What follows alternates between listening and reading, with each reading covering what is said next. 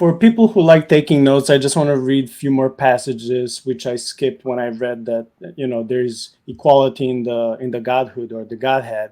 So, for example, all the members of the Godhead are equal and inseparable in authority, honor, worship, and knowledge. So these are the passages: Matthew 28:17-20, John 14:5-13, 2 Corinthians 13:14, and Philippians 2:5-11.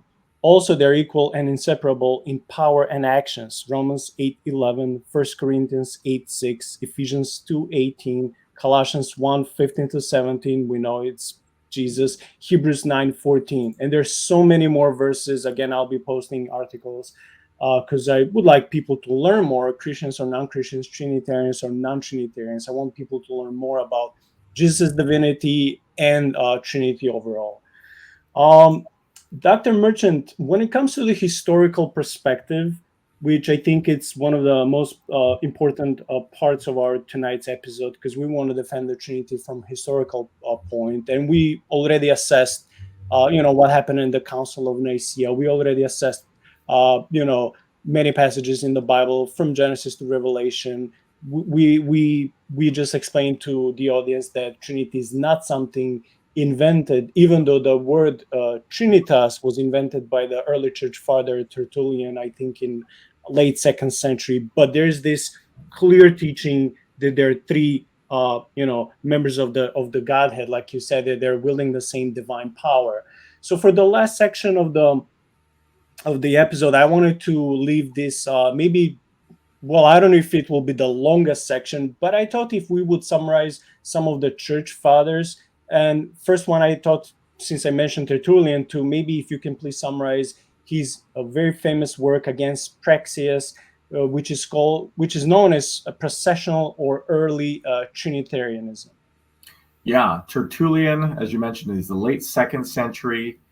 He is writing against Praxeas, who was a modalist, as we mentioned, from a generation before Tertullian, but still influential, apparently, in and around Rome. Modalism, again, is the view that says, yes, there's only one God. We agree with that.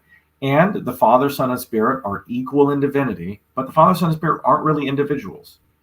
And so the Son just is the Father taking on human flesh and so forth.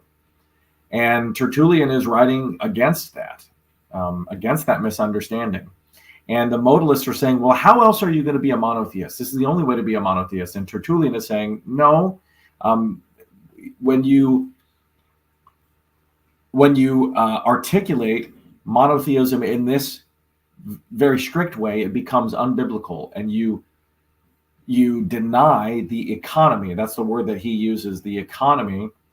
That is the ordering that Scripture provides us with. And Scripture does give us this clear ordering: Father, Son, and Spirit. And so the way that Tertullian talks about the Trinity, it is a bit in a hierarchical way, but not in a hierarchy of being. So what would a hierarchy of being mean? I and my children are the same kinds of being. They have equal value to me in terms of being a human. So they have equal human rights to me. I don't have more human rights than them because I'm their father. Their existence certainly depends on me.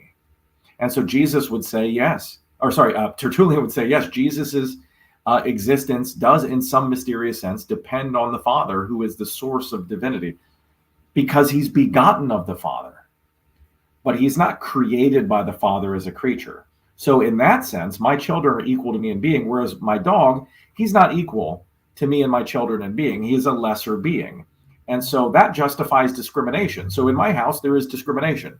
Children eat at the dinner table and the dog eats under the dinner table. The dog doesn't come up to the dinner table and the children don't go beneath it. So yes, we discriminate, but it's a right kind of discrimination because different kinds of being merit different kinds of privileges. And so humans, being higher beings, merit higher privileges than dogs. I think that and hope that that's pretty uncontroversial to people, but not everybody. And so since Jesus merits all of the divine honors, Tertullian would say, he is not a lower being, but lower in the economy, meaning in the ordering.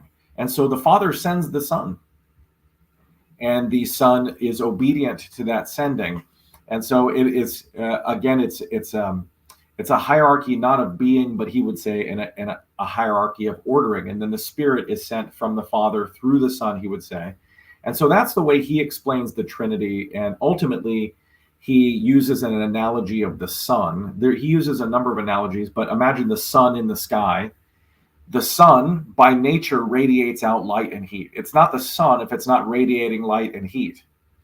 And by analogy, the Father is eternally the Father. He never became a father. Like I became a father when my children were conceived, but the divine Father doesn't conceive.